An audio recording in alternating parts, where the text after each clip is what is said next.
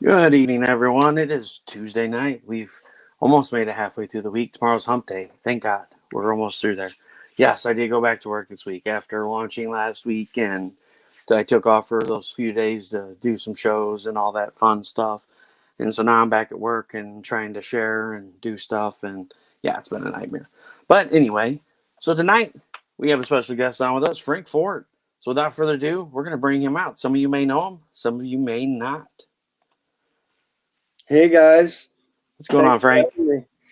Oh, not too much. Just sitting here in my studio doing some drawing, getting my second wind for the day, I think, and gonna chat about some comics, talk Yeah, comics, sci-fi, fantasy, horror, all that stuff. all kinds of good stuff. Yeah, So, a lot of people may know you, from some of the animation work you've done. Bob's Burgers, you've done some stuff for DreamWorks yeah. and stuff like that. But I want to kind of start at the beginning of everything with you. So that's kind of part of my show is doing inspirations. We talked a little bit about that before we went live. So let's go back in the day. What inspired you to get into comics? Like, what was that comic that really drew you in? You were like, I really love this. Sure. I mean, I would say that early on, right? It was the '80s, and I was even in the '70s. I would read some Spider-Man books here and there, but I wasn't a reader yet. And there was something about those Burn Claremont X-Men when those were hitting the stands. I was living in an apartment complex, and there was like 10 kids that were into comics, right? We didn't really have too much video games then. We didn't have a lot of stuff to get. Comics were big. You'd go to the newsstand, you'd get them. Can you hear me? Yeah, yeah, you're just fine. But you'd go to the newsstand, you get them. Started reading, it was like X-Men 123, the arcade issue. I remember that as being like one of the first ones I picked up. Started reading that, was instantly into Wolverine, Cyclops, that whole X-Men thing it was just great. And all my friends were into it. We were collecting. Soon after, Frank Miller was on Daredevil, right? I'm reading that book. Then Michael Golden was doing Micronauts. I'm like, this is a great book. Then Byrne switched over to Fantastic Four. You had Jim Aparo doing Batman. You had Byrne and Michelini doing Avengers. You had, I forget who was on the Defenders at the time. So those were the books I started reading. I was more mainly Marvel, but I read some DC books too. And then luckily, the town next door, there was a comic book store. So you could go in and buy back issues. You could get comic bags. You could see the alternative stuff like Pacific Comics. You could see, Eclipse and all that indie stuff that was coming out. And so you were into Marvel, but then you had people showing you, check this out, check out the black and white, check out John Sable Freelance, check out, Dreadstar and all that stuff. So that's kind of how I got into comics. And I just stayed with Marvel for quite some time. Then I would say I found the European stuff, heavy metal, right? Metal Hurlant, and then Epic. Epic came out, and I was like, "Wow, what's this?" Nude women with swords and monsters and stuff. So I was like, "Wow!" And for a while there, I just was like, "No more tights and capes. This is like kid stuff. I just want, the adult stuff. Richard Corbin, Bernie Wrightson, the Tales from the Crypt. I was into that. And then soon after you had Dark Knight Returns. Like, oh wow, back to superheroes. Watchmen came out, and then Ronin, and I was like, this is great. Like Frank Miller doing his own stuff. So I've always been hooked. And the superheroes, you're like, I'm done with that, and then you just get sucked back in because some really good superhero story comes in. And then with the indie boom, 89, 90, I was like, I gotta do this. I could do this. I could draw comics, right?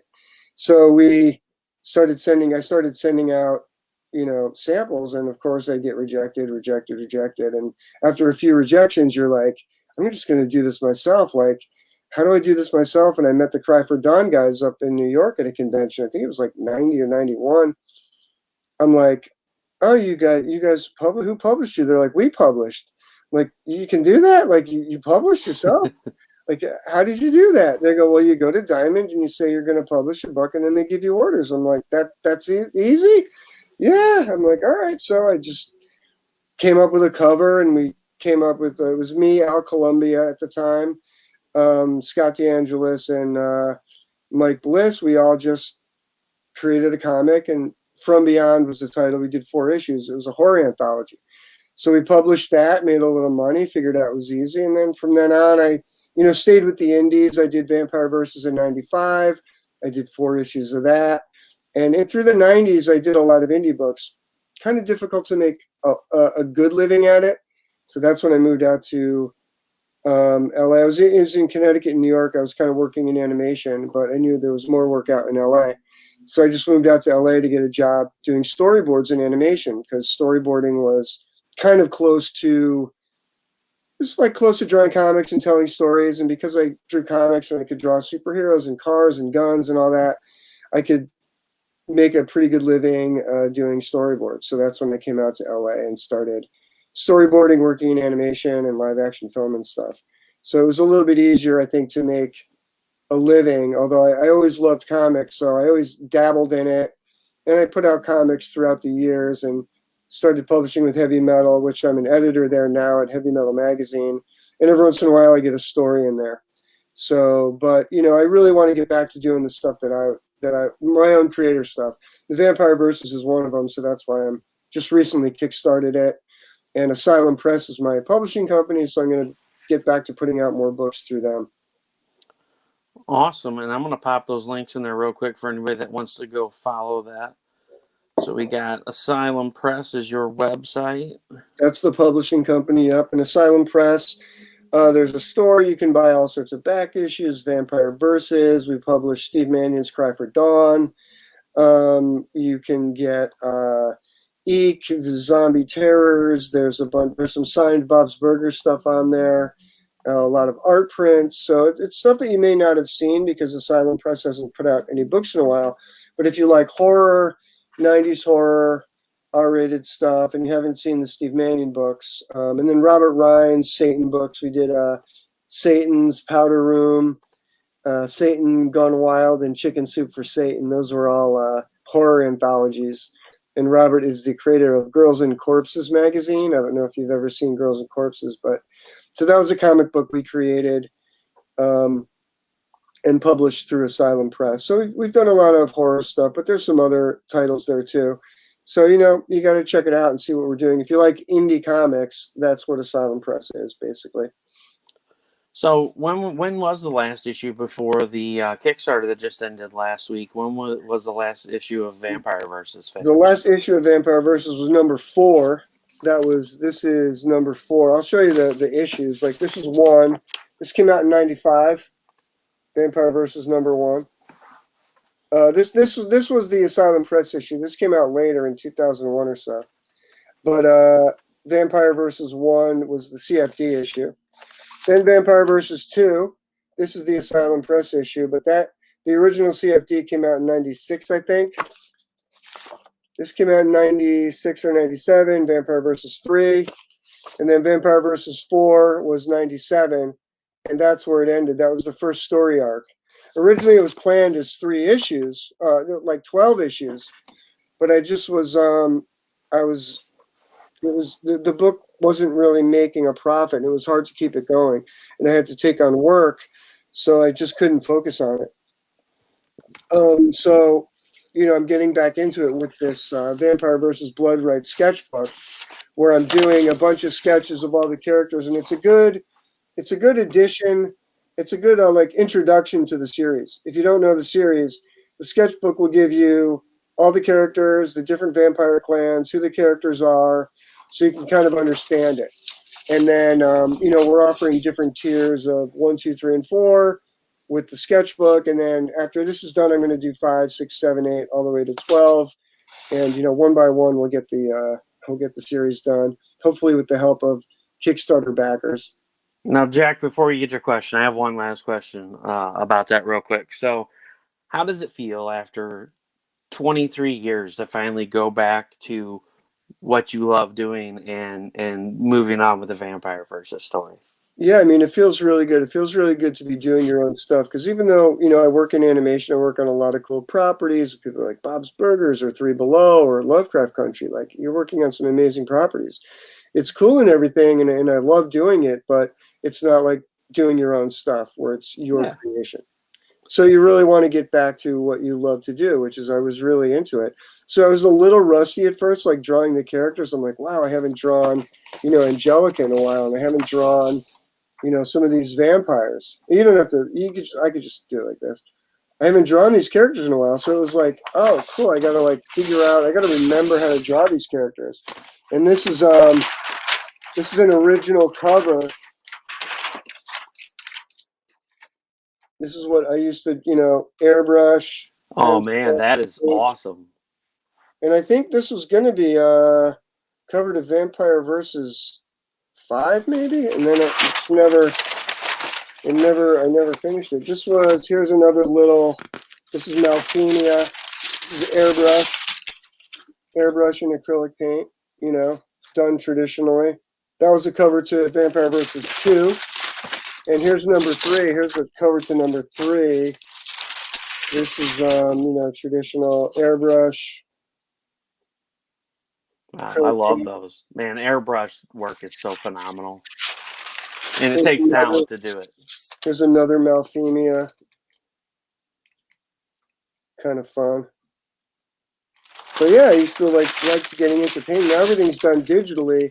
It's cool to like look at this stuff, So I'm kind of getting into it. But again, now that I'm into it, I'm trying to rework. I have a lot of notes for what the story was going to be, but I'm rewriting some of it, and it's fun. Getting into it. Sure, it's fun to draw comics again. Well, it shows dedication too. How much you really love the project. Back, I mean, 23 years is a long time to, sit there and stew over. Man, I really want to finish this. I know. And when's it going to be time? And it's like, now you're like, it's time, and you're getting back into it, and you're a little rusty, but it shows dedication that you're really dedicated. Sure. And now, not only that, you've had 2 decades to stew over what you want to do with the story, and now you said you're rewriting it, making it better. Yeah, sure. So Jack had a question. Jack said, Frank, what are you working on at Heavy Metal? So I've been at Heavy Metal. I think I got my first story published in 2008. Kevin Eastman published a story. I think it was Battlefield X or Detox. I can't remember what was first. They both came out right around the same time. And then I got a couple other stories published. And then Kevin Eastman saw me at a convention, and he goes, why don't you edit an issue?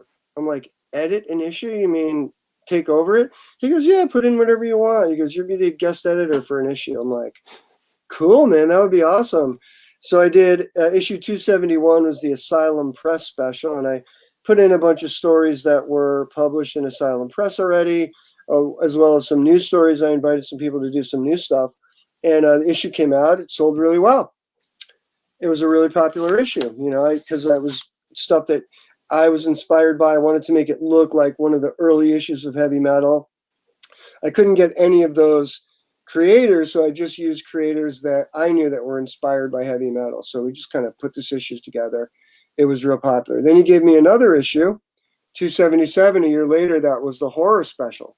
So that was another really popular issue. And then after that, I came on board to be like one of the contributing editors. So I would bring in short stories, serials. I brought in the Gene Kong, Pepe Moreno story. Pepe Moreno was in Heavy Metal. He was in Epic, but Gene Kong was a serialization that was never published in English. So I brought that to Heavy Metal in 278, 279. Got a lot of cool, interesting stories in there during the Grant Morrison era. I brought in some Peach Momoko stuff, which Grant Morrison really loved. So we started publishing Peach Momoko in Heavy Metal, and a bunch of other, mainly the short stories is what I did there. Just little shorts that sci-fi, fantasy, horror. And now, the new owners, Matt Mendy and David Irwin, I'm still pretty much doing that. I edit stories.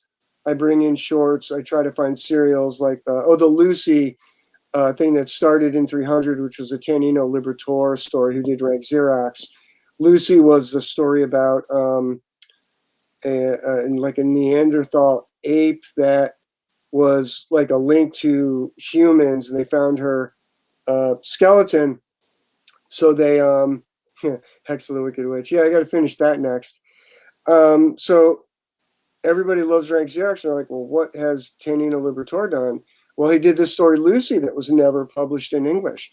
So I brought that there. That ran 300 to 303, I think.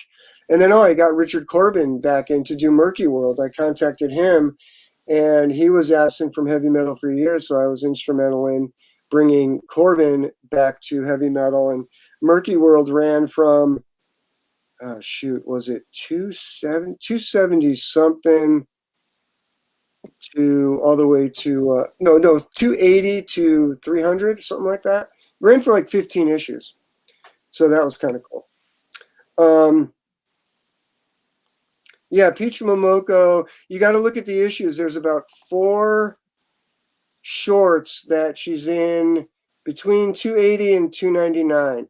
I think she's in 299. You just got to kind of look for the issues. There's like 3 or 4 shorts. Yeah, they're very cool. Her own stuff she writes and draws.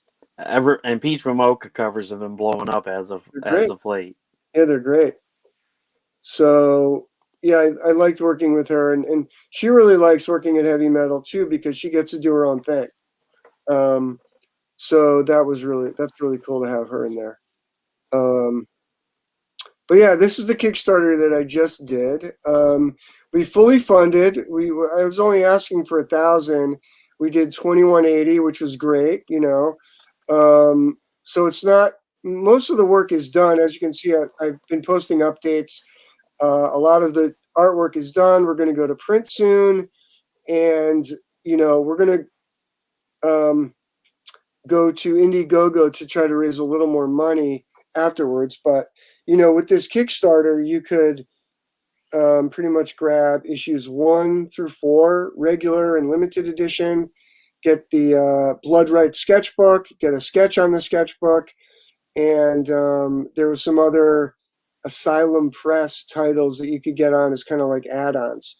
So Zombie Terrors, Eek, there's a bunch of other stuff that you could also get. So, we had like, $5 reward, digital rewards.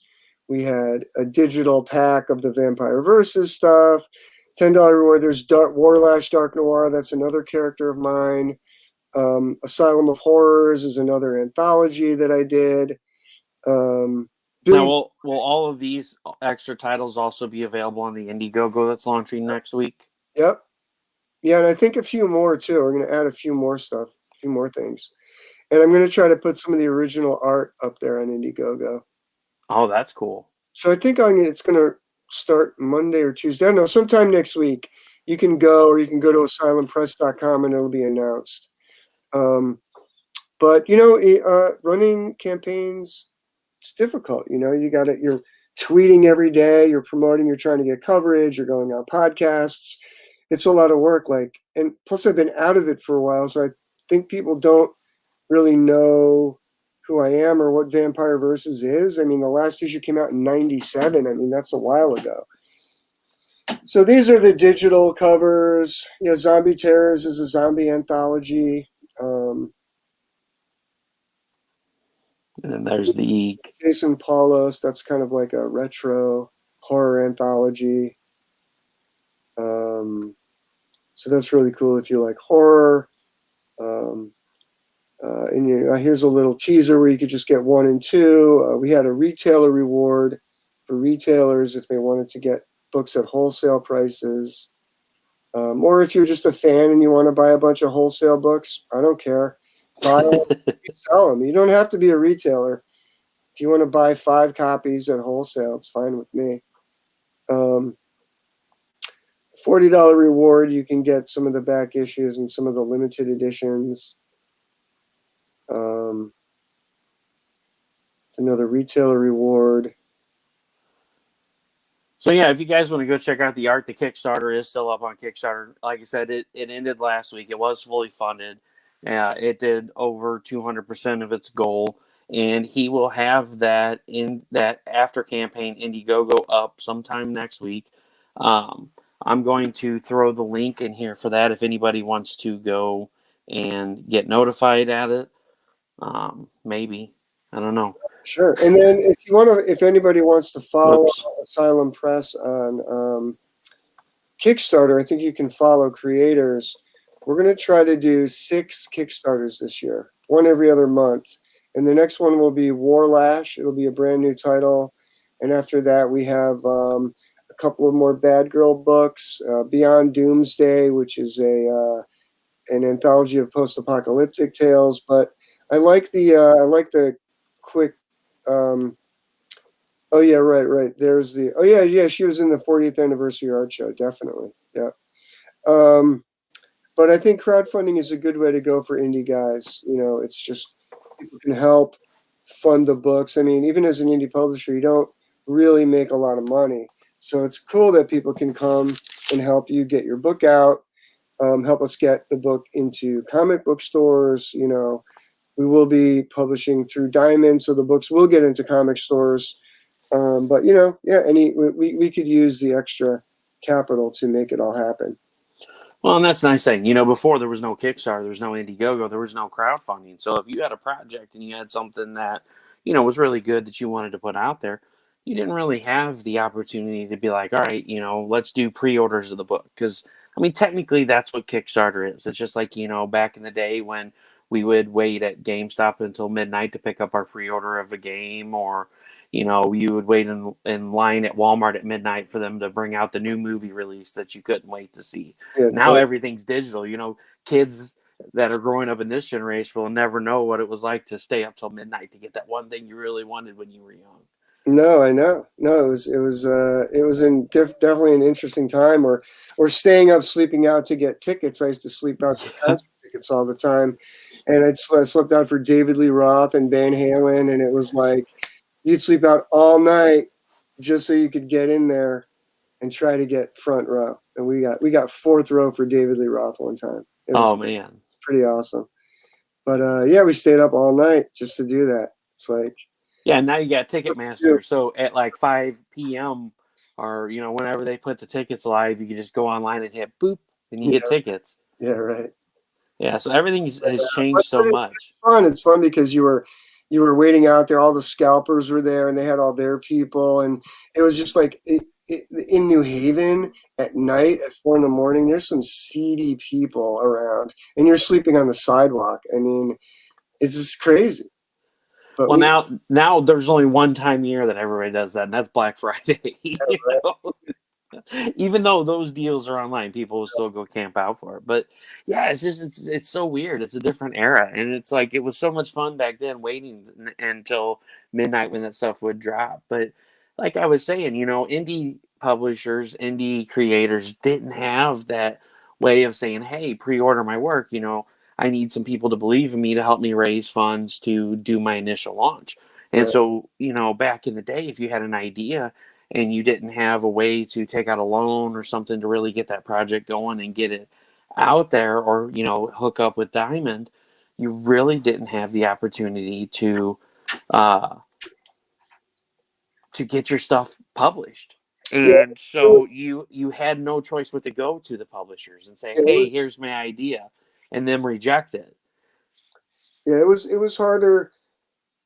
It was harder to raise funds, but it was also easier to get with Diamond, I think, in the 90s, because they accepted a lot of indie publishers. And if you were an indie publisher like Cry for Dawn and Faust and Razor, those guys would sell 30, 40,000 copies of a black and white indie mature reader's book.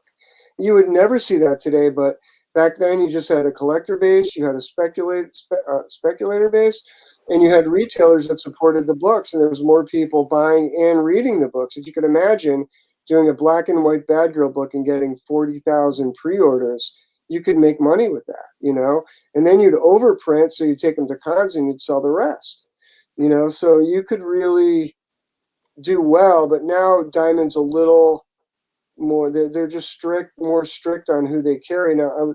I'm hoping, like, because DC moved to Lunar distributors, I'm hoping that maybe Diamond will open it up to more indie publishers. I don't know if they will. There is a lot of publishers out there today. Maybe they're not looking for more, but that'd be cool if they did. If they open it up for more indie guys, get those indie books on the shelves. Let the retailers stock those. I think it'd be cool. You could have another indie boom, because it seems like indie creators are thriving on Kickstarter and Indiegogo. I'm just wondering why those people maybe aren't going to the comic stores. Jack says I worked at a game store for 6 years, so I know all too well about the midnight launch. Yeah, right. Oh, it was crazy, man.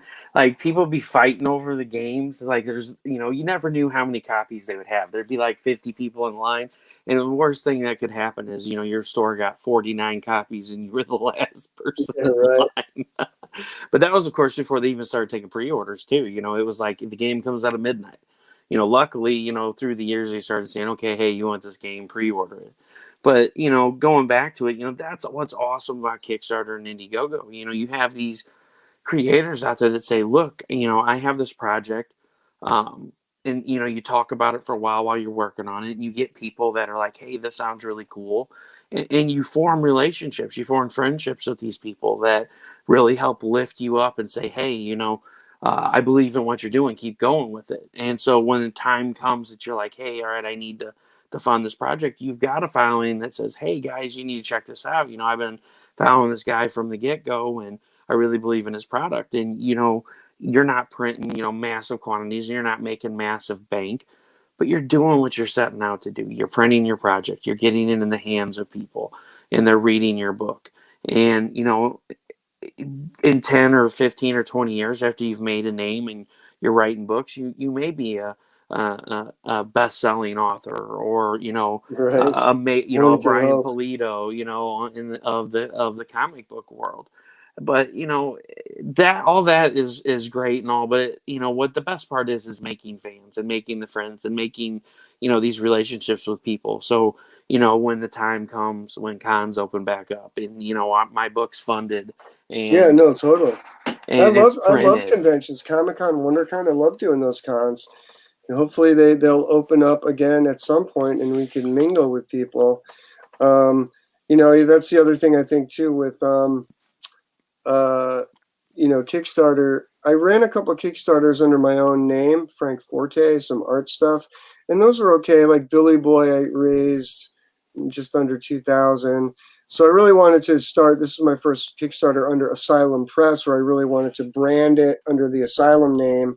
So it was, a struggle. I did $2,000, but I'm hoping, people will follow me, get on board, and then every time I want to do a book, I'll have the people there to help me, fund it, get it printed, and everything. But yeah, it's almost like Kickstarter's been around for 10 years. I feel like I'm almost starting from scratch, starting under a brand, even though I had, I've got a mailing list and I've got a website and social.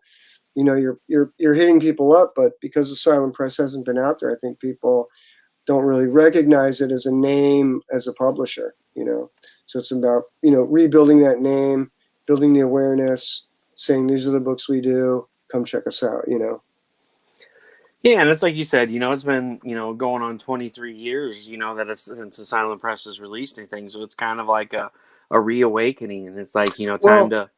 yeah, I mean, Asylum, the Vampire Versus came out in '97, number 4. But all through the 2000s, like I was working with Robert Ryan, we did the Satan books, Satan's Powder Room, Satan Oh, Gone okay, so you did have Wild. those that There was like released. 1 or 2 books a year, and then the Fearless Dawn books, which was like I did 5 or 6 Fearless Dawn books, Fearless Dawn 1 through 4, Fearless Dawn. Let me see if I have some of those here.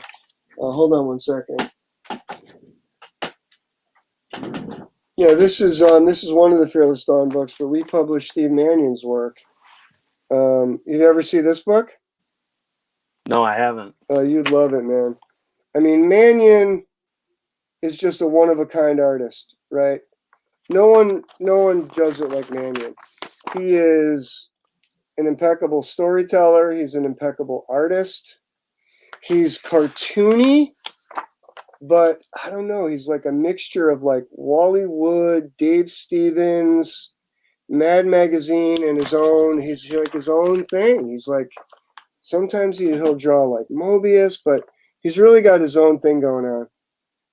And if you haven't seen Steve Mannion's work, we've got like 6 issues of Fearless Dawn up at the website, and they're going fast. We don't have too many left. And he's with Albatross now, so we're not going to be doing second printings of these. But I mean, look at that stuff.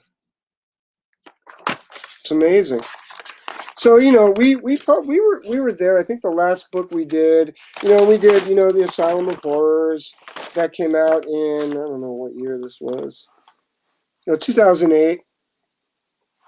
So that was Asylum of Horrors anthology. We did 2 issues of that and a third digitally. Glare, and that's Ali Fell. Ali Fell did the covers. So yeah, we did the Fearless Dawn books, the Satan Gone Wild, Chicken Soup for Satan, Detox was another one. So we were out there, but we just the output was like 1 or 2 a year. War Lash we did, but we're going to be in the April previews, shipping in June, and we have a book called War Lash, Cold Metal Mayhem. And maybe do you want me to show you a cover? Yeah. You want to see a cover? Yeah, definitely. So that'll be in what preview? April previews, and that'll be a new title, and we'll be resoliciting Eek if people want to order Eek, and Warlash Dark Noir 1, 2, and 3 signed. Those will be also offered. So it'll be like our return to the comic book stores, if you can believe it. Let me just find it here. But yeah, if everyone, do you guys still do you guys use previews? Do you use previews? Like, who out there uses previews and orders comics? Are you talking about like previews through Diamond? Yeah. Oh yeah. Well, I wanted to make sure, Paige. I was like, are we talking about Previews World? Yes. I get an email monthly when the new monthly previews are up for the orders. So you said that'll be in the April's Preview World. Yeah. Let me just find. Yeah, Jack does too. I know a lot of people that make use of it now. I mean, that's kind of the best way to order your comics anymore, to make sure you get them, because I order previews for my LCS. Yeah, I do too. I order them through them, and then they get them and ship them to me. So that's the best part. You don't have to. So let me share screen here, right? Share. Yep. Share screen.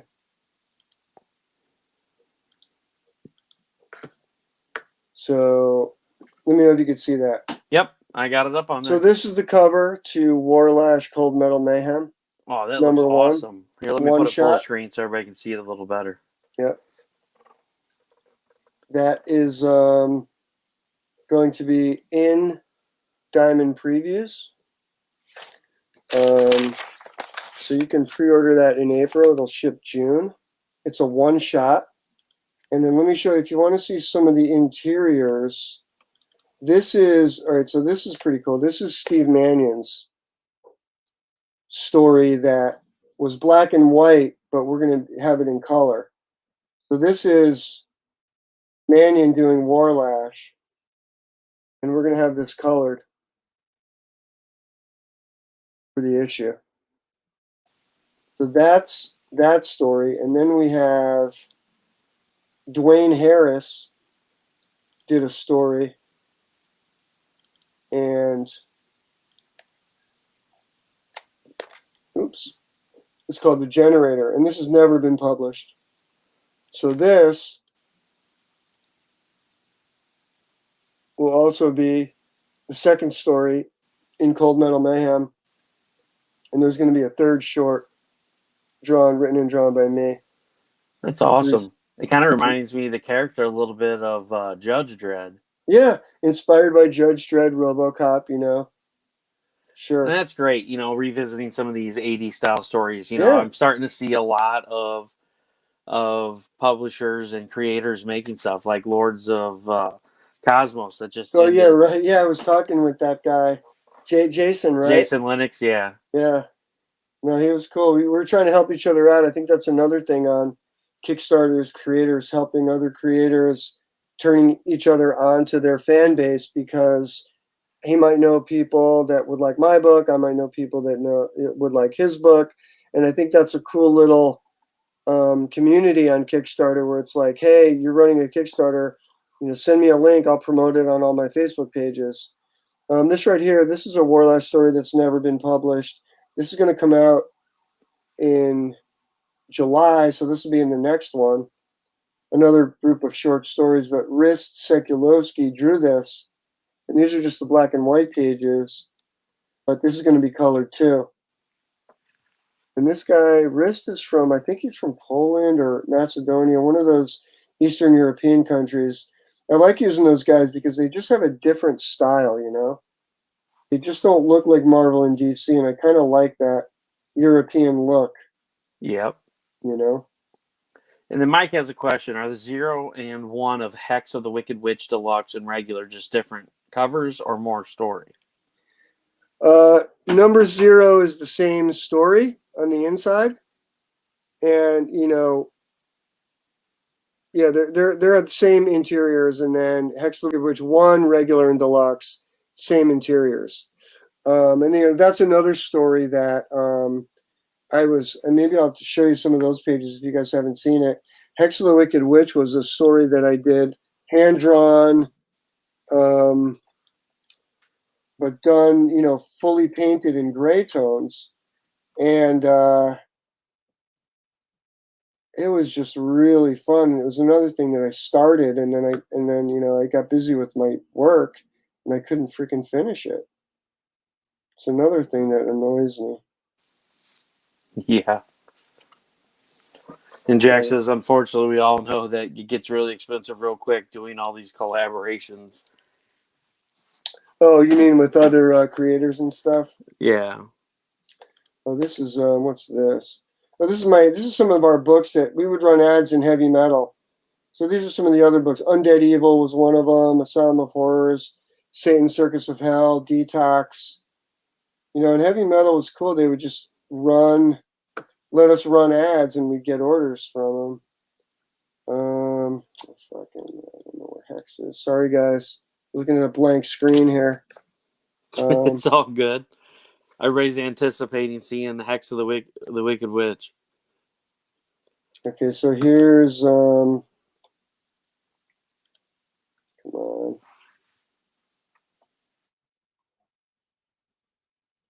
There it is. Come on. Anyway, the computer's. Oh, here it is. Hex pages. Okay, so here we are. So this is kind of. That looks kind of gray, but these are some of the pages that I did. That Oops. Yeah, see, so fully painted, black and white, horror.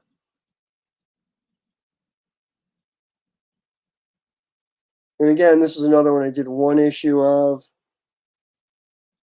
And then I just have a problem with start and stop stuff. So yeah, this was fun. This was really cool. So this is another one I want to finish. And I think this will be next after Vampire Versus. But inspired by Bernie Wrightson, Tim Vigil, Kelly Jones, all those guys. But I was looking at some of the Bisley stuff like that he did in heavy metal, where he just used pencil and gray tone and watercolor. So I was trying to do some painting in there. Yeah, so there's the raw page, and then there's some stuff with like Photoshop enhancement. See how it's kind of light? Go in there and darken it and add some effects and stuff. It's definitely very cool looking. Yeah, I mean, it was fun. Like, look at that, where she blasts the guy. Then I was looking at like Bisley and Sienkiewicz and stuff and trying to figure out how they do stuff. Well, there's a double page spread. That was fun. That is awesome. You guys being torn in half. So yeah, I mean, this was a cool one. I think people liked it. And then this is a Rich Longmore did a pinup. Angelo Scalise, Mark Covell, and some friends do pinups. So there's what was that? Oh, that was one of the covers I did. In '99 I did that. There was one of the covers. Deluxe. Looks cool. Head looks a little small in that one, I think, right? I fixed that head. There's one of the villains. So kind of fun. But that was another, that's another book that I'll be doing as well. But I just gotta, I think, reacquaint myself with fans of comics and let them know that I was once a comic book guy.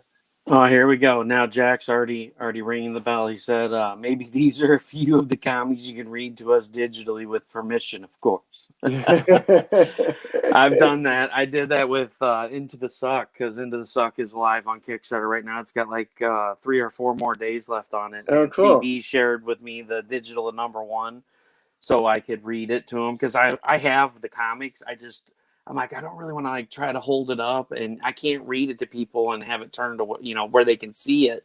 And he's like, oh yeah, no problem. So he sent me over the digital for it, and I read that. And I'm going to be doing a digital reading of Lord of the Cosmos as well, of 1, 2, and 3.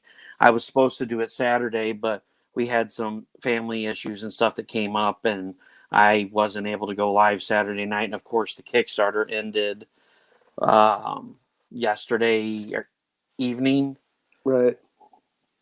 So what is that? You do a digital, like a live read as you show the pages? Yeah, I do basically what you're doing right now. I share screen. It's like, so if you would send me the PDF, I would share screen it like you are now.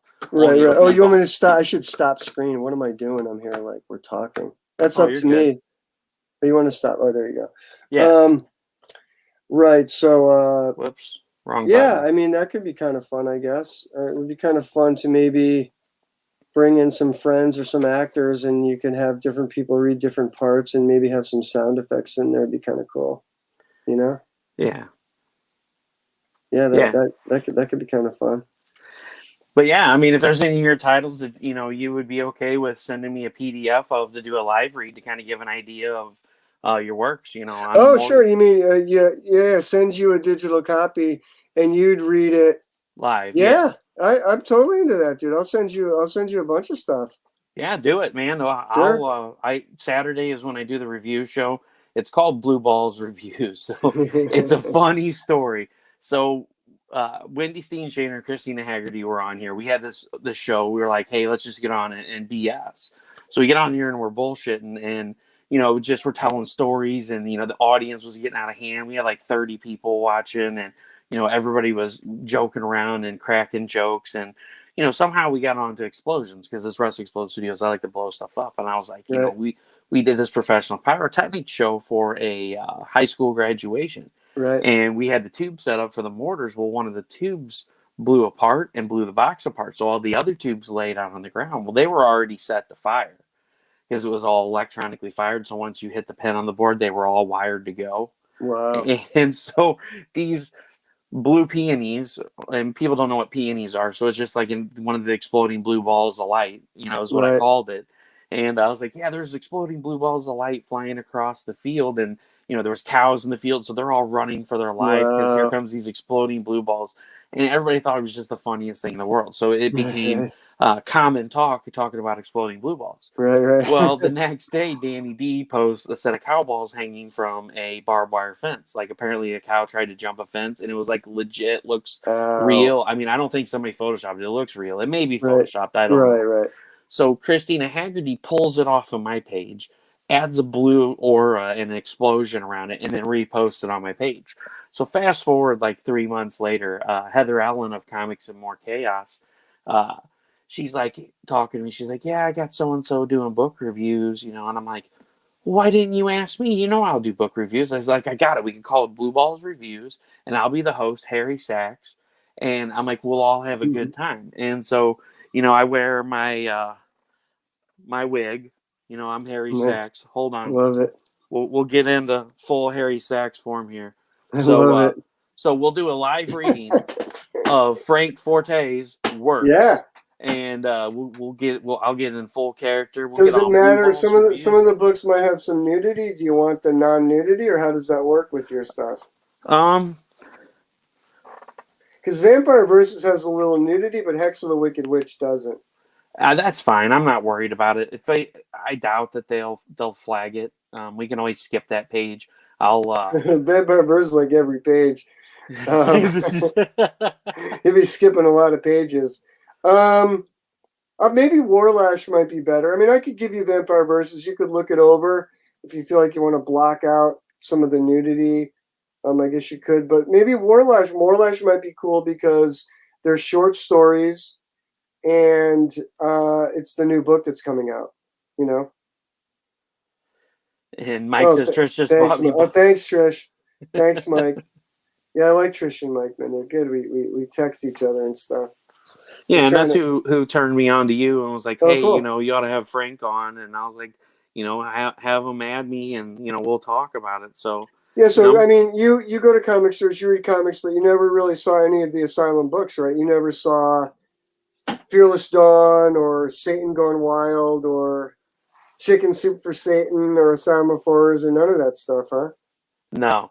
Well, see, around that time that you're talking was kind of so like 99 to '03 was when I was in high school, and I was working a full-time job. Right. So I quit collecting.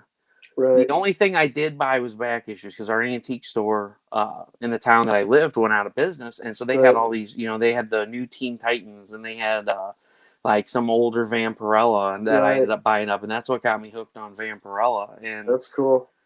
so I did buy all those back issues when they went out of business because I was like, oh, this $20 book's only $1. I'm like, I'll take them all. Right. There could be some hidden gems in here that are Now, you worth. were buying back issues all that time, but you weren't buying the new stuff. Yeah, so they didn't carry new stuff. I just happened to Yeah. knew that they were going out of business, and I knew they had carried comic books, and so I went in there specifically because I'm like, hey, I haven't bought comics in a while. I want to see what they have left. I'm gonna buy them all.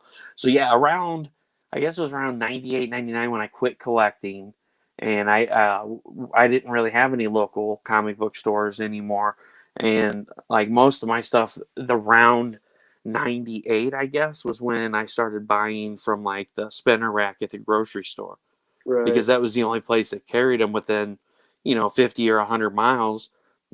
And I didn't have a car then, so it wasn't like I could, my parents were going to drive me to St. Yeah. Louis to Right. go get comic books because we live about an hour from St. Louis, about the same as what I do now. And so I didn't get back into comic books until I guess 2018. Right. I had Wow. That's a long absence. Sure. that is a long absence. Well, and I graduated high school and I went to college. I went and studied high explosives. It was mining engineering with explosives emphasis. So you studied explosives, so what? You can make dynamite and bombs and fireworks and stuff. Oh yeah, That's funny. So you yeah. know how to work with like black powder and stuff. Oh yeah, man. Ampho, ammonium nitrate, fuel oil, all kinds of stuff. Yeah, I mean this. Did So you ever this was make what is it? Plastique? Can you make a plastique bomb? yes. Isn't that sticky?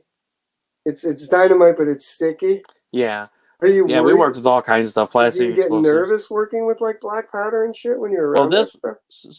this was 4th of July last year. We'll let you watch this. Maybe.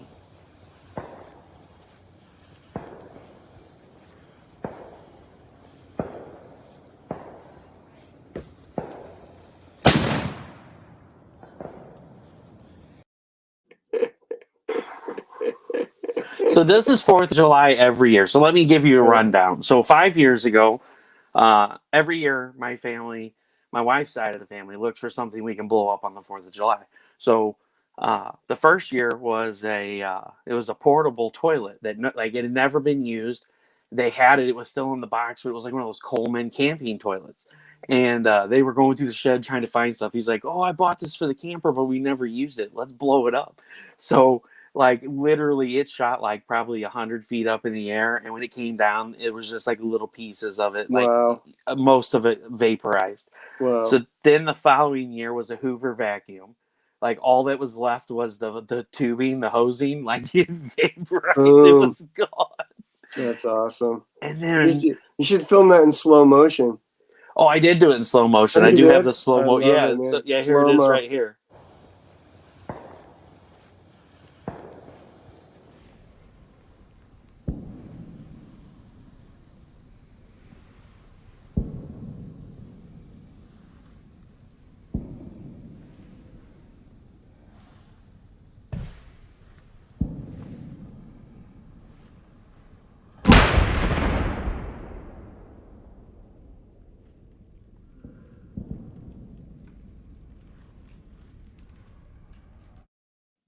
I used to always have access to fireworks when I was in Connecticut. On the 4th of July, I knew people that would get them, down south and bring them up. And I would always have a killer fireworks display. In California, you can't really do it because of the fires and the dryness. And that's fine. I had my fun in the 90s. In Connecticut, it's so wet and moist. You couldn't burn. You couldn't start a forest fire if you tried, Yeah. So we would have fun. It was definitely cool, Yeah, well, and that's the thing, when I did professional pyrotechnics, we had to do the thing where, you couldn't be 150 feet from, any building that had glass windows because we were working with like consumer grade fireworks are two and a Yeah, half right. inch shells. These were Right. 16-inch mortars. Wow. Like these mortars were like this big around. So, I mean, Right. it was like bigger than the biggest pumpkin you've ever seen. Right. Like you literally had to waddle to go over and put it in the tube. And these Right. things were badass. So one of the pyrotechnic shows I did set off was the KUDL show in Kansas City on the dam. And so we were out in the middle of the water on a little bitty island. So we had no restrictions on what we could set off because there Right. wasn't anything for miles on each side. So we had 14 and 16-inch mortars. And these things were so badass. Like when they would come out of the tubes, you could feel it in your whole body, like your chest. Wow. You could feel your heart skip a beat. Yeah, And like right. I'm gonna tell you, when you watch a fireworks show and you're watching from the distance, and you're like, man, those are loud. Imagine being right underneath them. Like I love it. Like just the feeling and the sound. It was great. And the other thing that was our favorite was silver salutes. So those are definitely my favorite. You can't buy them anywhere, but Are those like ladyfingers? so Like small firecrackers? they're mortar shells. So Oh wow. if you're ever watching the fireworks shows and you see those shells that go up and it's just a bright white flash and it's really loud, those are silver salutes. Oh, okay, right. The biggest thing I ever had when I was younger, we used to have people that would, sell you fireworks and stuff. You could always get firecrackers and ladyfingers and M80s and stuff. M80s, yeah. One time this guy was like, "Hey, I got the full load." I'm like, the full load. What is that What the supposed heck to is mean? that? Because I guess I don't think you can handle the full load. I'm like, no, I M80s, I can handle the full load. What's the full load? It brings out this thing. It's like a Coke can with a wick. Like it was that big. And I don't know if it was an M1000 or an M2000, whatever it was. It was like the size of a Coke can. And I was like, yeah, I want that. And I had that thing, and I was like, what the freak am I going to do with this? Like a stick of dynamite, So I went into this big field and lit the wick and ran, waiting for it to happen. And that thing was just like, boom, like that. The sound, you could feel it, and you could hear things shake. Like maybe it was a half a stick of dynamite. I have no idea what it was. But people were coming out of their houses like, what was this? And I was probably like 13. And I was just like, I am out of here. I did not do that. That was not me. I hid for like a week. I didn't touch fireworks for like months after that. I was like, no way. No more full loads. No more fun. Nothing. I'm done. Like, that was crazy. Yeah, But I can it just was see it pretty now. It was fun. in the town newspaper. Anyone with information on this Of huge crater in this the middle huge of town. explosion. It didn't make that big of a crater, but it was Man, just I the do. sound. The sound was like Our brothers hate it every year on the 4th of boom. July because there's freaking craters in their yard. They're Yeah, like, man, we got to start having this at your house. I'm like, I live in the middle of town. We can't set the stuff off yeah, there. right, I'm like, right, just suck it up. You love it. What are you talking about? Deal with the craters. You'll fix them during the summer. right. Yeah, fireworks are fun when you're a kid, man. I can't believe I didn't blow a finger off. Like, we used to unravel the fireworks and try to put the uh, the powder into a bigger one, and then you'd light it. It would just go like you'd never get an explosion, Yep. and you'd have that powder all over your fingers and stuff. And then the next day, yeah, after the 4th of July, you'd go looking for unexploded fireworks, and you try to like put them together. That was always fun. The next day, it's like Well, fun times. well, and when you set off professional shows, you definitely always want to watch and make sure everything that goes up Yeah, goes off, because there's been instances where people have set off professional shows and they don't go and do and they like, land somewhere. yeah, and they'll land somewhere. So we always had to count them off. When we're Right, going, right, and make sure they all want to. Yeah, right. I would imagine that somebody stumbles on a professional firework. That's not good. well, let's just not say stumble. Let's say there's some like 80-year-old man out at the the Moose Lodge or the Elks Club, and he's out there on his riding mower just to putting along, because most towns they put them off, from the VFW or the Elks Lodge, the Moose Lodge, or from the fairgrounds. Right, And right. so you got some old guy out there on a riding lawnmower mowing the grass, and they hit one of those 8-inch mortars with their mower deck. Boom! And it lifts Not them good. off the ground. Yeah, right.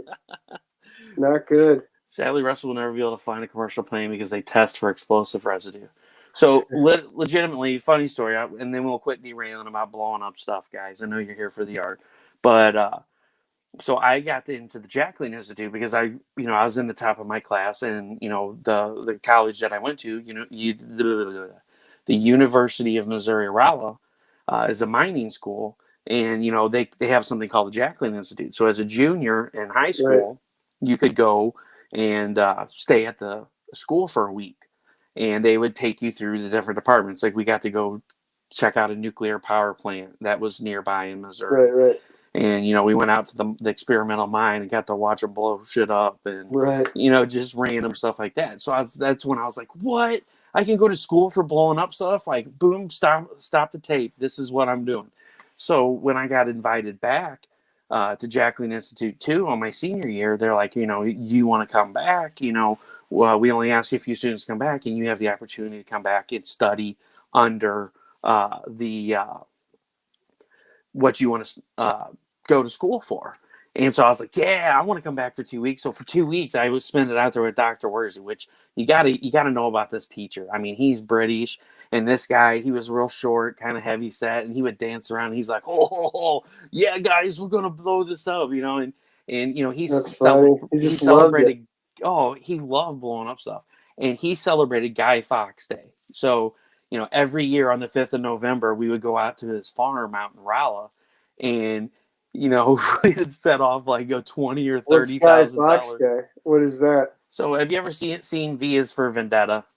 Yeah, a long time ago, right? That's a Yeah, so character in V is there. for Vendetta is Right, based off of a true story about Guy Fawkes, who used the tunnels underneath British Parliament and tried to blow them up, but he was foiled and was never set off. So the right. 5th of November was the day that this happened on a long time ago. So every year Right. they celebrated it as Guy Fawkes Day, and they set off Do they fireworks and wear? stuff. Do they wear the V for Vendetta? Is that what people do on that I don't day? know. I don't think that they wear the mask. I think that was like an addition to the right from the movie. graphic novel, right? Yeah. Right. Yeah. And so Guy Fawkes Day is something that's actually legitimately real. And so every year, he would, because we worked with Premier Pyrotechnics. That's how I got into the company and went to school for, professional fireworks. And so Premier Pyrotechnics would always hook him up with fireworks throughout the year. So he would go and like just unload the entire magazine of professional fireworks. And it would be like a $20,000-$30,000 show. He'd be like, all right, Russell, hit the first one. And so we would have did electronically fire. So basically it's just a wooden board with metal holes, and you would take a nail and you'd touch it, and it would make conductivity with that, and it would fire off that whatever was hooked to that slot. And so, you know, he'd be like on the last row, he'd be like, all right, just rake it across there. And, you know, the freaking sky would just be nothing but explosions. Wow. That's crazy. You know, so we did some crazy stuff. But he was just the funniest freaking guy. Yeah, sounds fun. Oh, yeah, guys. Explosions, man. It's great. Back to how we got derailed. So I do Blue Balls reviews on Saturday night. So okay. Yeah, I'll send you some books. Sure, yeah. Just send me an email and remind me. I will. Let me do a share screen. Yeah. Again, I wanted to show you. I'm just getting stuck. Oh, there you go. Oh, so let me just show you this is a new Instagram that I just started.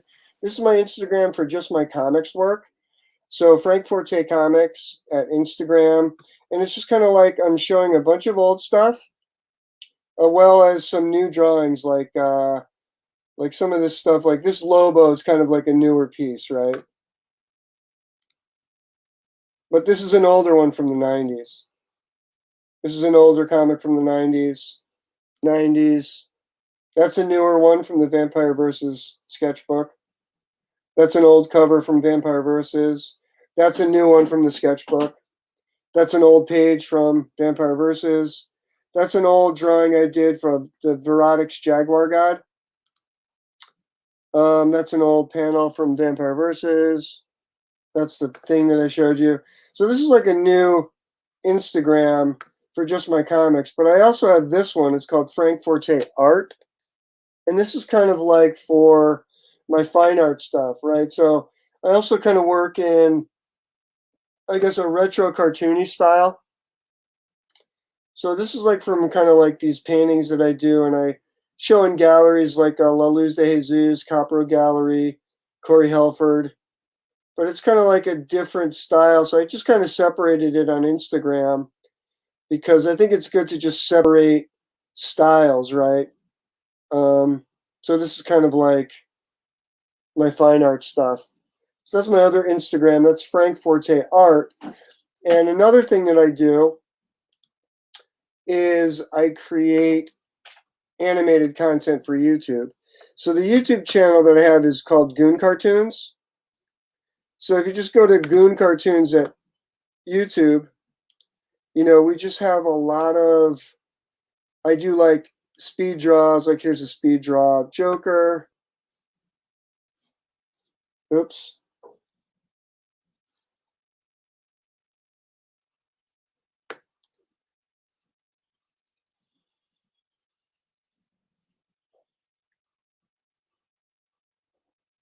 So I've been doing a lot of this stuff.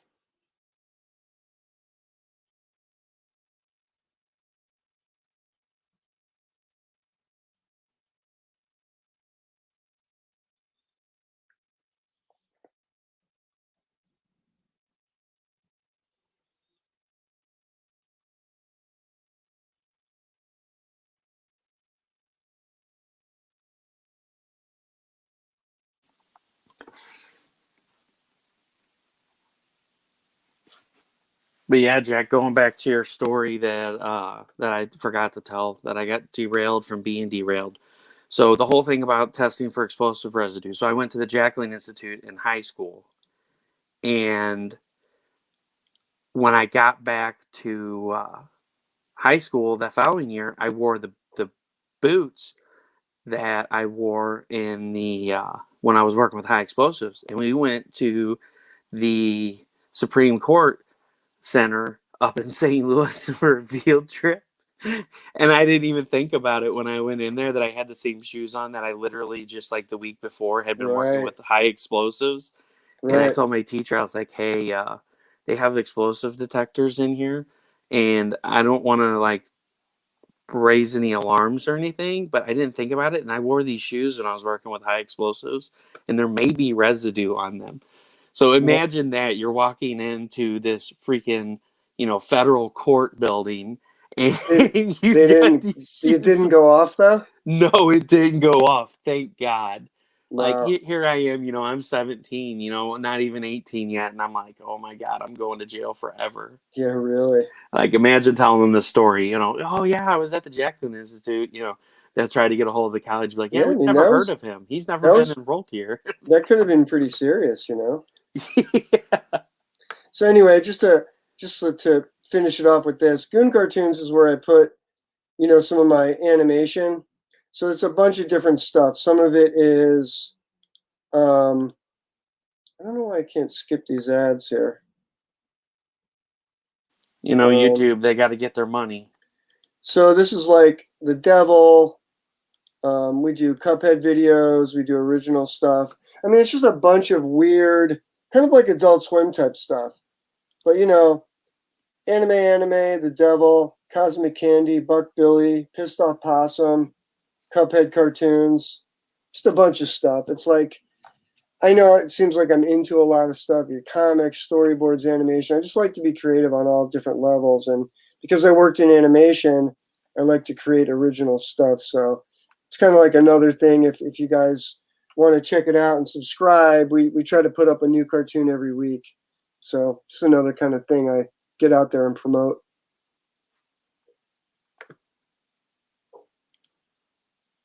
But that's it.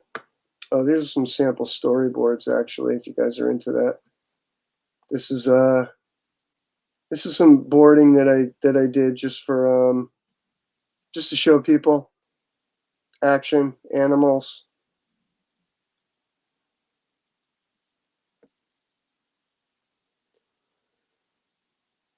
Since all you awesome Explode members are so into the explosion stories, I will put up the one that I did the year before last when I blew up the toaster oven, and now I have a huge dent in the hood of my Avalanche. All right. So anyway, that's some stuff. So that's what I'm promoting. Kickstarter, Vampire Comics, Bad Girl Comics, cartoons, Instagram, stuff. So kind of backpedaling a little bit back to the beginning of the show, I asked you kind of what your introduction into the comic book world was. So Right. if you had to pick a favorite character, what is your one go-to character that is like your absolute favorite? Like that's your guy or your gal. I mean, for the longest time, I really liked Wolverine. I know everybody likes Wolverine. For him, just reading his stuff during the Byrne Claremont era, I just really liked the character, and I like what Frank Miller did with him with the Wolverine miniseries. I guess I always really liked Frank Miller's Daredevil. Like that Daredevil was really cool to me. I know different people have different takes on the character. Characters that I really liked. Kind of always liked Man-Thing in a weird way. Man-Thing was always this weird character that was misunderstood and would like burn people if they were afraid of him. And Yeah, he was definitely a misunderstood character. If you mentioned him and people didn't know that Man-Thing was a character, they'd be like, wait a minute, he's talking about Man-Things? Yeah. I'm just kidding. And I always read, like when I read the Man-Thing comics, they were always so weird, and they were sometimes told in second person, which is a very weird way to tell a story. Not many people write in second person, but it's where the narrator's going, and you were the character, and you did this, and you did that. And it's just like Man-Thing, it was sometimes written that way. And I always kind of, I don't know, I liked it. It like really worked for that character. And the horror stuff, like I always liked Swamp Thing, the Rights and Swamp Thing stuff. So I guess, I know it sounds cliche, right, to say my favorite character is Wolverine, but I always really did like him. I liked Rank Xerox too.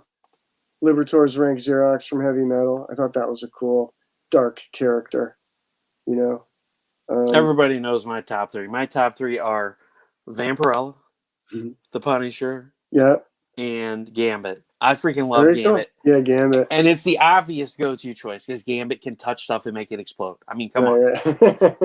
That's me in a Right? nutshell, you know? Totally. No, Gambit's great. Vampirella is great too, you know? Yeah, They're and all I really love Vampirella just because Vampirella is one of those stories that, you know, you get into it and, you know, it's like people see the covers, they see the character and they think, oh, it's just a vampire story. But it's like, it's not. She's an alien from another planet and she has none of the weaknesses that other vampires vampires stuff. have. She's immune to silver, she's immune to stakes, she's immune to holy water and sunlight. And when she bites somebody and sucks their blood, they don't turn into a vampire. And so, you know, people always are like, you know, think that her and Dracula, you know, are at each other's throats because, you know, they're fighting over vampire territory. But it's really just because Dracula doesn't like her because she's not a true vampire. What is her weakness? Does she have a weakness in the original Warren comics? Not that I've ever read, not in the Hmm. original Warren comics, not that I've ever read. Now, do you like the Warren comics, the Harris comics, or the Dynamite ones? Because there was 3 different So kind the of Harris iterations. comics Right? are great. The Warren comics, whoa, right here. Love it.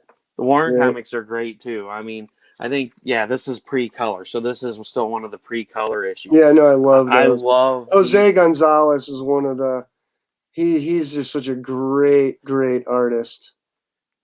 I mean, love and it, the man. cover art on The them is covers were amazing. just fantastic. And a lot of them, you have like the Frazetta covers, Yeah. or you have, I think this is an Heinrich cover here. I mean, these covers were just, No, they're great. I mean, classic, dude. oh, they're awesome. I mean, they're absolutely awesome. Yeah, I just found one here. Hold on one second. I got a Vampirella right here.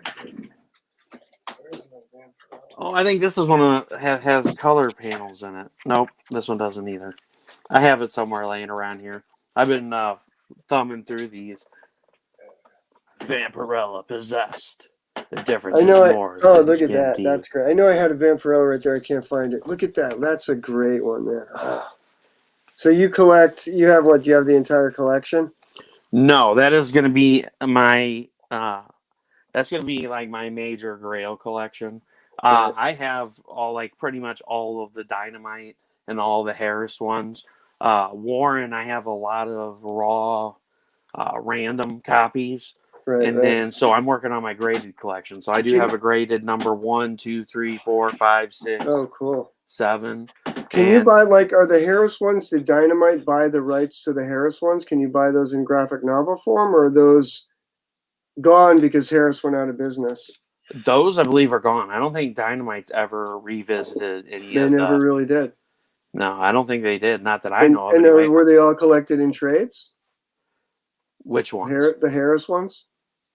I've never seen any of the Harris comics in trades, no. Oh, wow. So you can only get those in the single issues, and you have to just get them. And yeah, wow. I mean, there may be a collective. I've just never looked for them because, like I said, when I bought the back issue and I found that Harris number 1 with the Adam Hughes cover, that was the first Vampirella that I read that really got me into it. I was like, holy shit, this is awesome. Maybe and so I collected. Dark Horse did the collected Vampirellas, right? The hardcovers? Yes. Or did Dynamite do those? Maybe Dark Horse did a couple, and then Dynamite has some. I've got a couple of the trades in there, but there are a lot of the recent stuff. I'm sure somebody probably did the Harris comics collected. Maybe not. I don't, like I said, I've never looked into the collected. Mm-hmm. I always go for like the original issues. I don't really like the trades, right. Except for like the Vampirella classics. Now I do collect those. You know, when they release the classic issues, I'm going to snatch that. But are you reading Vampiress Carmilla that the Creeps does? Warrant. Have you seen the Creeps magazine? It's kind of like it's eerie and creepy, but it's a newer edition inspired by eerie and creepy. You haven't seen that book? No, I've seen the eerie and I've seen the creepy books, but I've never seen the Creeps. So if you just Google thecreeps.com and go to Warrant, I think it's Warrant Publishing, you'll see a brand new iteration of eerie and creepy that is done by a lot of the artists, if they're still alive, and then some new artists that kind of mimic their styles. And he just came out with a second title called Vampiress Carmilla. And it's kind of like a tribute, to Vampirella. But I don't know. something you might check out if you're into vintage horror, you know. And he's really a stickler for doing the books in the eerie, creepy tradition, you know, and using the same cover artists, you know, using some Frazetta stuff, using San Julian, all those guys, you know. Ken Kelly, I think, did a cover. So he's really inspired by the eerie, creepy stuff. Okay, so I have seen these, but I did not. Okay. I did not.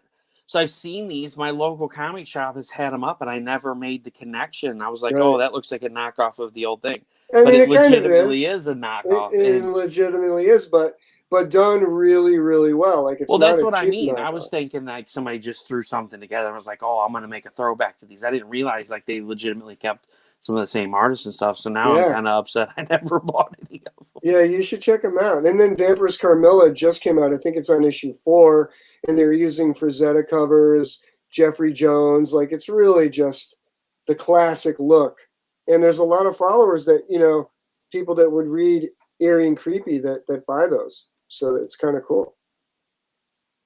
Oh man, am I going to get in trouble? You're in trouble. Yeah.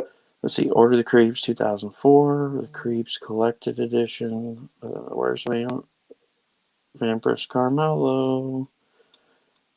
See, I'm sorry. I can't pass this up. I got to look I now. know. You got to at least buy one or two and check it out. But yeah, That's be careful. awesome. But yeah, I love the Vampirellas. Love those. Love the covers. I mean, it's just a classic era of science fiction, you know. Oh, dude, that cover is freaking amazing for #1. Oh, Carmilla, yeah. I think it might be San Julian. I can't remember who it was, but definitely cool. Here I am. I'm freaking kicked out of. I got kicked out of StreamYard on my computer because I'm like I got like 18 windows open now because I had the Instagram and the Kickstarter and Right. Indiegogo open, and I opened this up and it was like self-destruct sequence activated. Right. Holy crap! All right, guys, hold on. We're gonna show this off. This cover is freaking amazing. Okay, maybe I may have actually legitimately broke it. I broke it. All right. Well, in 10 minutes, whenever like we're in the middle of talking, it may decide Come up. to randomly come up on us. Cool. So those are some of your favorite characters. So if you had to work with anybody in the comic book industry that's still alive, who would be your #1 person that you would want to go work with? Should I think probably Kelly Jones? He's like really great. Mike Mignola is great. Kyle Holtz, like I like those guys that draw in that horror style, you know. Any one of those guys would be great to work with. Yeah, look at that. The Vampirist Carmilla, #1. Collector's edition. Go to the previews. Let's see what the inside looks like.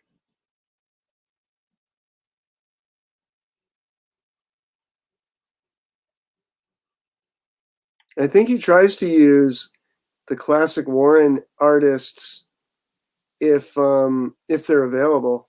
My gosh, I have to have that cover for #1. That So is no, you don't see. They're not showing the interiors.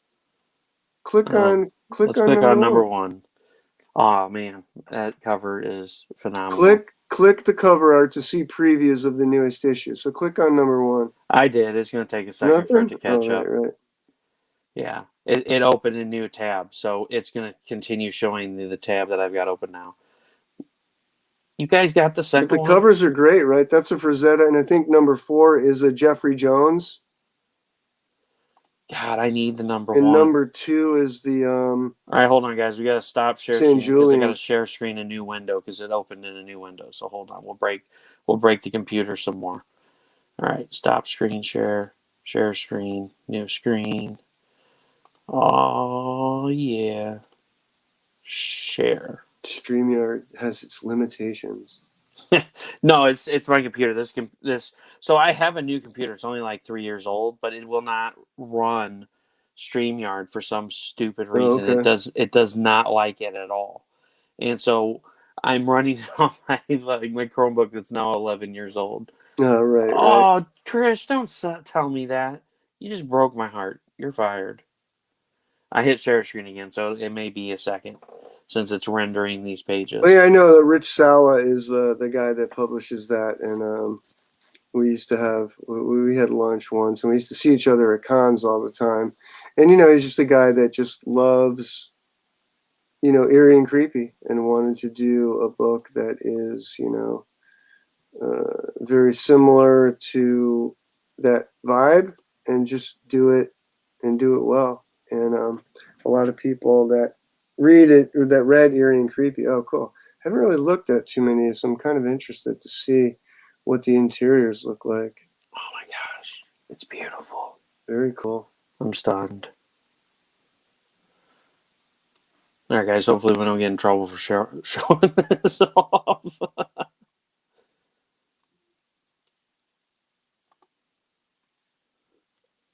See the contents page, very similar to like the quality of art. Look at that.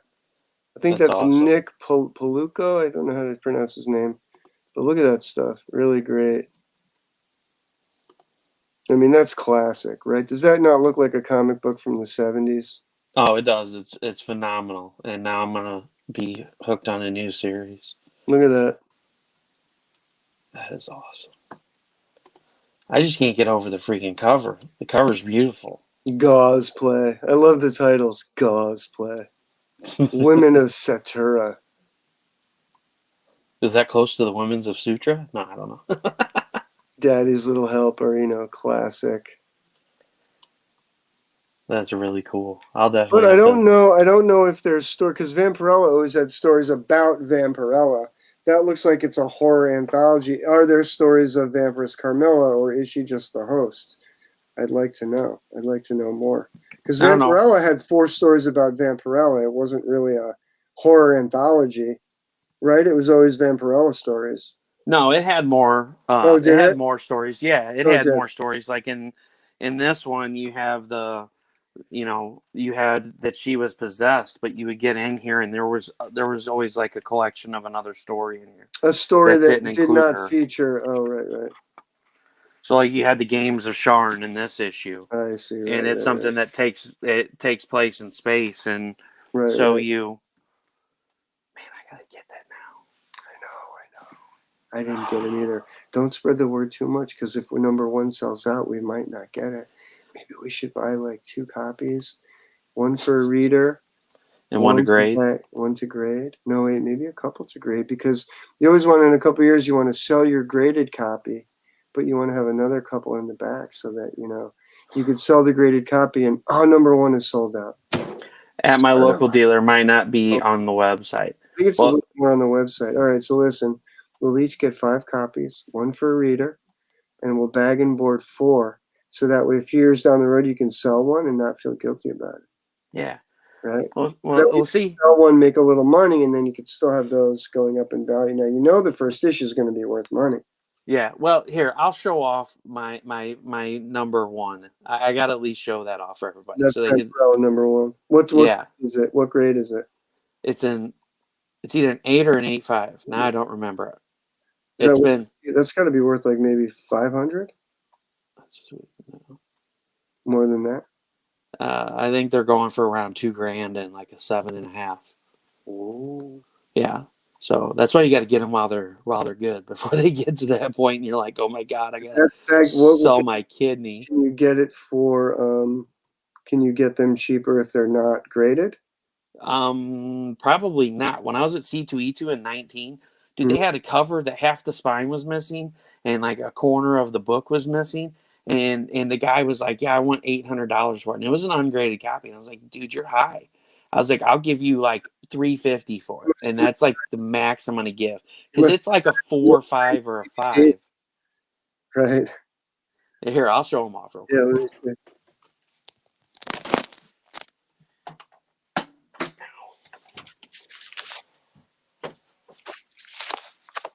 Here, while we're waiting, I'll show off some of my comics, if anyone cares. Action Comics, dollar book, dollar find. Lois Lane. I'm just showing off to keep the people interested in my dollar books that I find in the dollar boxes. Lois Lane. Here's a pig. Look at this. Tell me that's not a reader. Oh, that's definitely a reader copy. Look at this Mickey Mouse one. This thing is trash. Oh, hey, don't post it in here, Trish. You're supposed to private message me that. Now everybody's going to go buy it. Old Lois Lane. But I love the look of these books. Wow, look, there it is. Vampirella #1. Frank Frazetta. And Neil Adams signed it. Did you have that approved, that it was signed by Neil? Yeah, it's a yellow label. Very cool. And then of course #2, I got a really decent copy, and I got a steal on this because this book was in super great shape. Wow. And #2 is one of my favorite covers with like the dark blue style costume. Yeah, it's not even her Original costume. Yeah, it's not the red costume. She's in like a ballet style dress. That's a 9-something. Huh? I love it. 9.4. Wow. Oh yeah, these are straight out of the vault. That worth a couple grand? I don't know what #2. I don't really keep track of what they're worth because like these will forever be mine. I'm not. They're not going anywhere. Ooh, #3. And this was Is hard. that a Corbin? What cover is that? Who did the cover? This one is might be a Corbin, but it doesn't even look like Vampirella because it's a Larry Todd and Vaughn Bode cover. Oh right, and it's a blonde girl. It's not even Vampirella. That's so funny. Yeah, and this was a super low print run book, so this was hard as hell to even get in an 8. Really? Yeah.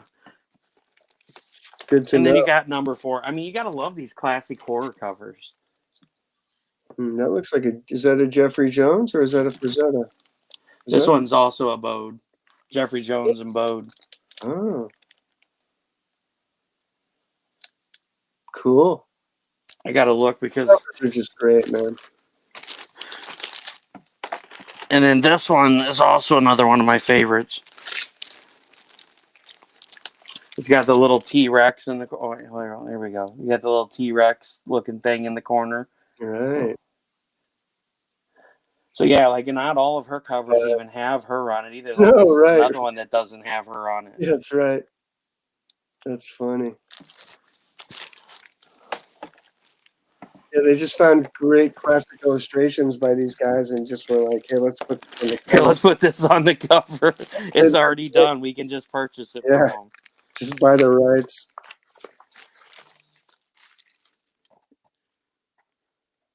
#6. Look at that. Who's on that cover? Yeah, and that's the old logo too. Yeah, and this is Ken Kelly. So there's a girl with dark hair, but it's not the costume. Yeah, it's not the costume. And then you got the little werewolf man. I wonder what the next issue was where you actually saw the costume again. I don't know because I know #8 doesn't have it on either. I don't know about #9. #9's one of the ones that, I've had trouble finding for a long time. #8 I can find. I just can't afford #8. Like a #8 in like a 8 is like $500 because it's another one of those rare covers. And I think, if I'm not mistaken, 8 is a Frazetta cover. #8 and #10 are ungodly expensive because it's a Frazetta cover. Right. Yeah, I don't know.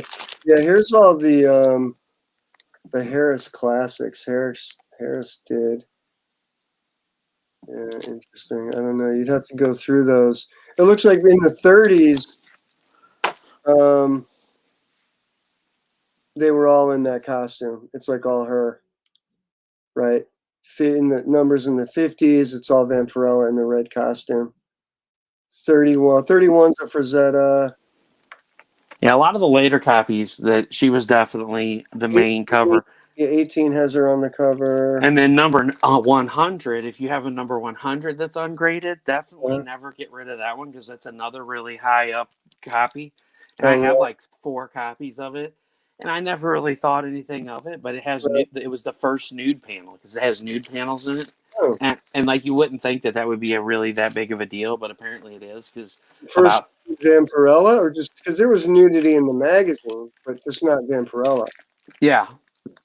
And so I was like, oh, no big deal, whatever. Yeah, well, apparently it's a big deal because like the last 3 years it's shot up.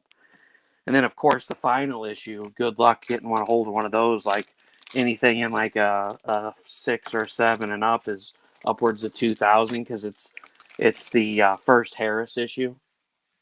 I think it's number Magazine? 151. Yeah, the magazine. The last Warren magazine was actually published through Harris. So it is insanely expensive because it's considered the first Harris title. Actually, the Harris Vampirella #1 is not. Did they keep going with the magazine for a while? No, they did one issue. That was One issue. What yeah. number was that? I believe it's one. Oh my god. Do you have 100? What does 100 look like? Yeah, I have 100. It's in a box though. Okay, it's just okay. Cool, man. Well, listen, we talked a lot. What time is it? 7:40. I think I have to skedaddle. I have to try to do some work tonight. But I loved looking at the vampire books, man. Vampire. Yeah, I'm sorry. I had to bust them out because we got No, to no, it's talking and great. reminiscing on the old books. It's good to talk comics and old comics, and I always like you know the history of the Vampirella, which is kind of interesting. What the print runs are, what the value is, the Harris issues. I didn't know that was that Harris actually published a magazine when they bought it. Yeah, it's the very last issue, and the reason why I know that is James Warren is still alive, right? James Warren is still alive. No, I don't think he is. I think he passed away a few years ago, if I'm not mistaken. Yeah. Because all of his books and stuff, I don't think he's around anymore. I don't Because know. all of his books were posted online not too long ago, that he had signed to the #1s, and I thought I looked on Wikipedia like a few months ago, and born 1930. On Wikipedia, it doesn't say he's dead. well, then maybe he is still alive then. Yeah. Maybe you know what? There's been so many freaking of those things where people are posting that people are dead, and then 1930, yeah, he's like 90. 91. It's wild. But yeah, hey, I'm gonna give you the full screen. I'll let you give one last rundown and tell people who you are and where they can find you, and give them a rundown of what Vampire versus Sketchbook is all about. Yeah, Vampire versus Sketchbook is a recent Kickstarter that I did, and this is got some artwork for it. I'll just hold this up. This is the cover to #3, Vampire versus #3, and Vampire versus is the story of Angelica. This is Angelica. She's an exotic dancer who gets turned into a creature of the night and realizes she's part of a vampire scrolled prophecy that is going to bring doom to the planet Earth, and she has to figure out how she is involved and how to stop it.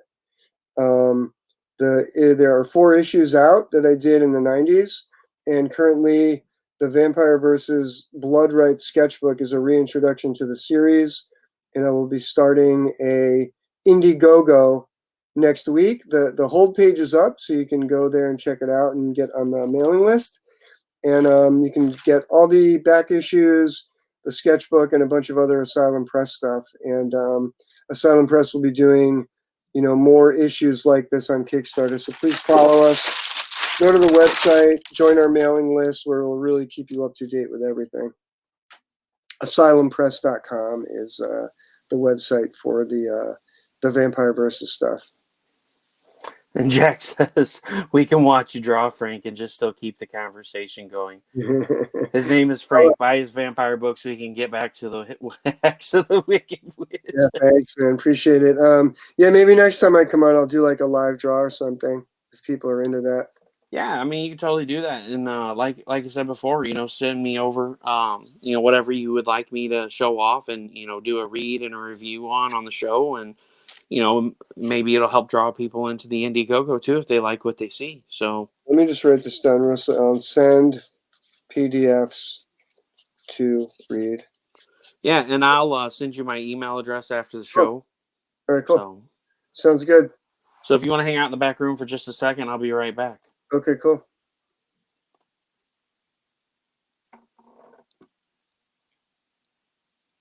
All right, guys. Thanks a lot for coming and watching the show tonight. Definitely check out Frank's work. check out the Instagram link that's posted in the comments. Check out asylumpress.com and check out his Indiegogo that will be launching sometime next week for Vampire Versus. If you missed out on the Kickstarter you've seen us talking about that ended last week, don't fret. It will be available again soon. Everything that was on there. And you heard it from the man himself. I don't forget things. He said there may be some original art available on the Indiegogo, which wasn't available on the Kickstarter. So definitely something cool. If you like his work, if you like what you've seen tonight and you want to get a chance at some OA, check out the Indiegogo. Everyone, Xenonite Titan is still alive. We are like $164 from the second stretch goal. And I got the okay to the artist, Ted Davies Artistry, for the 100 backer print goal. Everyone that a physical tier will get that print free. And the first 100 physical backers will be entered in to get the OA instead of a print in their package. And I will do that live once the funds and everything have transferred at the end of the campaign. So everyone, thanks so much for watching tonight. Thanks so much for being here. Anybody that watches this on the playback, thanks for watching as well. And if you have any questions, message on over to Frank Forte at one of it, either on his Instagram. Sorry, I don't use Instagram very much, so I forget the name of it. And check out his website, asylumpress.com. Everyone, as always, Russ Explode Studios, projects that'll blow your mind. You guys have a great night.